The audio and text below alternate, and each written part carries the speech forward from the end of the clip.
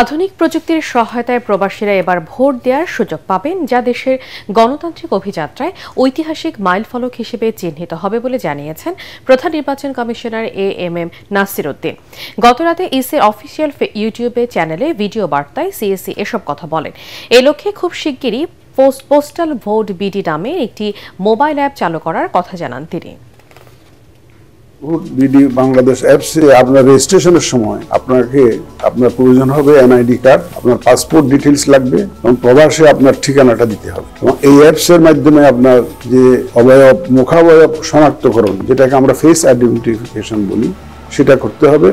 Liveness detection সম্পন্ন করতে হবে। এই কাজটি করার পরে আপনার রেজিস্ট্রেশন সম্পন্ন হলে আপনার প্রবাসের ঠিকানায় আমাদের ব্যালট পেপার পৌঁছে যাবে এবং ব্যালট পেপার আমাদের এখানে ফিরতি ডাক, যেটা ফেরত পাঠানোর জন্য যে খাম, সেটা আপনার প্রবাসের ঠিকানায় পৌঁছে যাবে।